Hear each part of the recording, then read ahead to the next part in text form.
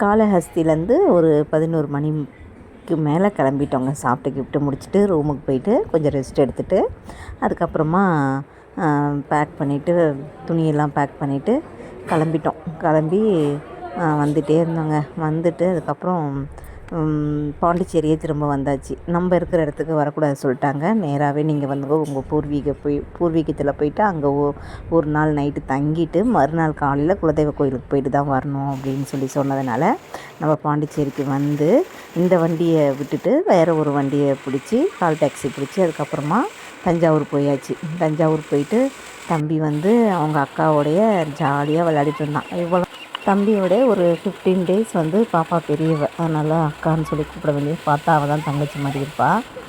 2 பேரும் ஒரே மாதத்துல தான் பிறந்தாங்க, ஒரே வருஷத்தில் தான் பிறந்தாங்க. ஜாலியாக அவங்க அக்காவோட வயலில் போயிட்டு விளையாடிட்டு இருந்தாங்க. அங்கே போனாலே தம்பிக்கு ஒரே கவனிப்பெல்லாம் பலமாக இருக்கும். பெரியப்பாங்க 2 பேர் இருக்காங்க, 2 பேருமே நல்லா பார்த்துக்குவாங்க. கடைக்கெல்லாம் கூப்பிட்டு போய் எல்லாமே பண்ணுவாங்க. சரின்னு சொல்லிட்டு காலைல அங்கே நைட்டு தங்கிட்டு குளிச்சுட்டு மறுபடியும் தலைக்கெல்லாம் குளிச்சுட்டு காலையில் வந்து பொங்கல், இட்லி, சாம்பார், சட்னிலாம் செஞ்சுருந்தாங்க. பெரிய அக்கா செஞ்சுருந்தாங்க. அங்கே சாப்பிட்டு முடிச்சுட்டு காலையில் கிளம்பிட்டோம். அங்கேருந்து கிளம்புறதுக்கே மணி 10:30 ஆயிடுச்சு.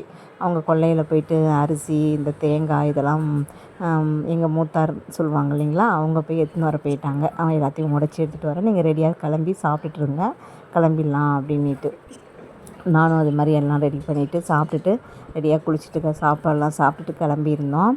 வந்ததுமே உடனே எல்லாத்தையும் காரில் பேக் பண்ணிவிட்டு கிளம்பிட்டு நேராக கோவிலுக்கு வந்துவிட்டோம். இப்போ வந்து மார்க்கெட்டில் வந்து பூஜை ஜாமான் எல்லாம் கொஞ்சம் வாங்கிக்கிட்டு அதுக்கப்புறம் நான் மட்டுமே தான் வந்தேன். ஒருத்தி 2 பேருமே அவங்க கொஞ்சம் வேலையாக இருந்தாங்க, அவங்களால வர முடியல. ஏன்னா நம்ம அப்படியே இங்கேருந்து நேராக பாண்டிச்சேரி நம்ம வீட்டுக்கு வர மாதிரி தான். அதனால் சரி நம்ம மட்டும் போயிட்டு வந்துடுவோன்ட்டு நான் எப்பயுமே வந்து குலதெய்வ கோயிலுக்கு போகிறப்பெல்லாம் வந்து 1 கிலோ 1/2 கிலோ வெல்லம் வாங்கிட்டு போவேன்.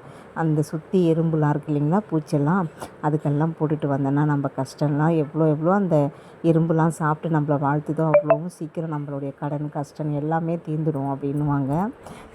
என்னால் என்ன முடியுமோ இதை ஏற்றுக்கோங்க அப்படின்னு சொல்லிவிட்டு எனக்கு தெரிஞ்சதை செய்கிறேன் அப்படின்னு சொல்லி தான் செஞ்சுட்டு வருவேன். அதே மாதிரி போயிட்டு எல்லாமே ரெடி பண்ணி முடித்து சாமியெல்லாம் கும்பிட்டுட்டு வர்றதுக்கு ரொம்ப வெயிலுங்க, பயங்கர வெயில், சூடு கால் தாங்கவே முடியல. அப்புறம் தண்ணியெல்லாம் ஊற்றி எல்லாத்தையும் கழுவி பொட்டு மஞ்சள் பூவெல்லாம் வச்சுட்டு எலுமிச்சம்பழம் எல்லாத்தையும் சொருவி நல்லா சூப்பராக சாமியை திருப்தியாக கிட்டத்தட்ட ஒரு 1.5 மணி நேரத்துக்கிட்ட சாமி மட்டுமே கும்பிட்டுட்டு உட்காண்ட்ருந்தோம். எனக்கு என்னென்னே தெரியல, குலதெய்வ கோயிலேருந்து வரவே மனசே இல்லை. அப்படியே கொஞ்சம் நேரம் மனசு கண் எல்லாம் கலங்கி போயிட்டு உட்காந்த மாதிரியே உட்காந்துட்டேங்க. அப்புறம் ஒரு வழியாக வீட்டுக்கும் வந்துட்டோம் பாண்டிச்சேரிக்கு.